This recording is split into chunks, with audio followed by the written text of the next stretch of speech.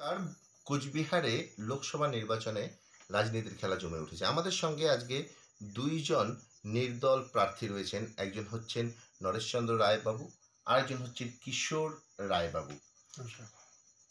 কিন্তু নরেশচন্দ্র রায়বাবু নমিনেশন জমা দিয়েছিলেন, তার নমিনেশনটা কোনোভাবে ক্যান্সেল হয়েছে। আমরা শুনবো তার কাছে বিশদে। নরেশবাবু, আপনাকে দিয়ে শুরু করছি। আপনার নমিনেশনটা ক্যান্সেল হয়েছে। আপনি গত ৭টা বিভিন্ন নির্বাচনে ৭টা নির্বাচনে আপনি দাঁড়াচ্ছেন এবং গত উপনির্বাচনে ৭,০০০ ভোট ৭,৮৯০টা ভোট আপনি পেয়েছিলেন। তো কেন নমিনেশনটা এবার ক্যান্সেল হলো?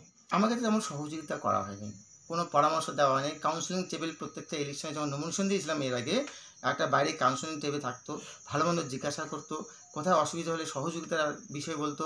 ওরা তেমন মুখেও ভার্বালি তেমন কিছু ভালো মন্দ বিষয়টা কোথায় চেঞ্জ হয়েছে নিয়মগুলো, আগে নিয়ম থেকে এবার নিয়ম অনেক চেঞ্জ হয়েছে। আগে প্রপোজার 10 জনকে নিয়ে যাওয়ার প্রয়োজন ছিল না, বাইরে থেকে সই নিয়ে গিয়ে অরিজিনাল সই নিয়ে গিয়ে ভোটার কার্ডগুলো নিয়ে গিয়ে জমা দেওয়া যেত।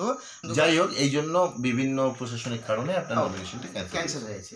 আচ্ছা, আপনি এবার প্রথমবার নির্বাচনে দাঁড়িয়েছেন, কিন্তু আপনার ওয়াইফ সহধর্মিণী যে আছে তিনি বিজেপির পঞ্চায়েত সদস্যা, তিনি বিজেপির থেকে গত পঞ্চায়েত নির্বাচনে জিতেছেন।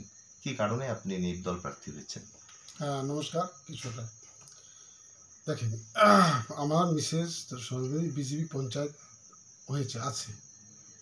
তো আমি কি কারণে হলাম, সবচেয়ে আমার ব্যক্তিগত দিক দিয়ে আজকে দীর্ঘদিনের অনুভবে বলতেছি, যতগুলো ইলেকশন হলো সব ইলেকশনেই কিন্তু আজকে এখানকার লোক শান্তিপূর্বক ইলেকশন হচ্ছে না। এটা হচ্ছে 1 নম্বর, যে কেন শান্তিপূর্বক ইলেকশন হচ্ছে না। আর যদি চায়, সরকার যদি চায়, এটা অসম্ভবের কথা না, এটা হতেও পারে, শান্তিপূর্বক ইলেকশন হতে পারে। এই যে ইলেকশন নিয়ে আজকে যারা যারা পলিটিক্স দল আছে এখানকার সক্রিয়ভাবে, তারা তো ওরা গরিবের কি যায়, পাবলিকের কি যায়, কোনো যায় আসে না। কিন্তু ক্ষতিগ্রস্ত কারা হচ্ছে? সাধারণ পাবলিক হচ্ছে।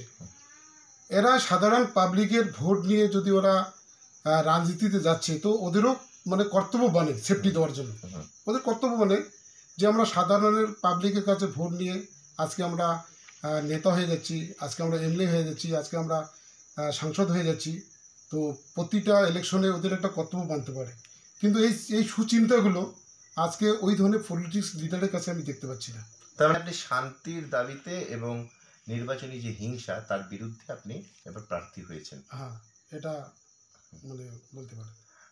আচ্ছা, আপনার কাছে এবার আসবো যে আপনি এই যে এতবার নির্বাচনে দাঁড়িয়েছেন, 2বার লোকসভাতে দাঁড়িয়েছেন, কয়েকবার পঞ্চায়েতের, জেলা পরিষদে, বিভিন্ন স্তরে আপনি দাঁড়িয়েছেন। তো এই বারবার নির্বাচনে আপনি দাঁড়াচ্ছেন, কেন দাঁড়াচ্ছেন? কি আপনার অভিপ্রায়? আমার অভিপ্রায়গুলো আমার পোস্টারে বিশেষ বিশেষ ইস্যু হিসেবে লিখে দিয়ে হ্যান্ডবিলের মধ্য দিয়ে ফেসবুক ছেড়ে বা হ্যান্ডবিল প্রচার করে উদ্দেশ্য করে সেখানে বলা থাকে, এছাড়া মুখে মুখে বলি। আর আমি দাবি তুলছিলাম 2016-তে যখন উপনির্বাচনে প্রার্থী হয়েছিলাম, লক্ষ্য করেছিলাম একটা বিষয়, যে সাধারণ মানুষ ভোট দিচ্ছেন কিন্তু সাধারণ মানুষের জন্য আইন পাস কম করছেন। বিভিন্ন দলের নেতারা নির্বাচিত হয়ে যখন সাংসদ হয়ে যাচ্ছেন, তারা ওখানে মিলিত হয়ে এমপি বা সাংসদগণের নিজের স্বার্থে আইন প্রণয়ন বা পাস করছেন। তার মানে আপনি সমাজ বদলের রাজনীতি করার জন্যই? আমি ড্রাস্টিক চেঞ্জ চাচ্ছি, আমূল পরিবর্তন চাচ্ছি। দল কেন বানাচ্ছেন না? দল বানানোর সামর্থ্য হয়নি, অর্থনৈতিক দিকটা অতটা চাঁদা পায়নি, সবার কাছে অতটা পৌঁছানো সব হয়নি, একটু লজ্জাও লাগে চাঁদা ছাড়া আবার হবেও না। আপনার পোস্টারে দেখা যাচ্ছে বারবার বড় করে আপনি লিখেছেন ভূমিপুত্র, এর অভিপ্রায় কি? তো এখানকার ভূমিপুত্র তাই লিখছি, সবাই এখানকার ভূমিপুত্র। আর ভূমিপুত্রকে চিনবে, ভূমিপুত্র তো সবাই এখানে। ভূমিপুত্র মানে কি আপনি শুধু রাজবংশী সম্প্রদায়? না না না, রাজবংশী সবাই ভূমিপুত্র এখানে, যত এখানকার এই যে উত্তরবঙ্গের বাসিন্দা যত আছে সবাই ভূমিপুত্র। মানে যত উত্তরবঙ্গের নাগরিক সবাইকে আপনি ভূমিপুত্র বলেন? সবাই ভূমিপুত্র। আপনি সবার কাছে ভোট চাইবেন? হ্যাঁ, সবার কাছে আমি ভোট চাই। কেমন চলছে আপনার প্রচার? বাস চলছে, সবারই আমি লাগাতার চলছে, কর্মী আছে, সবাই ওরা প্রচার করতেছে। কতটা আশাবাদী জেতার জন্য?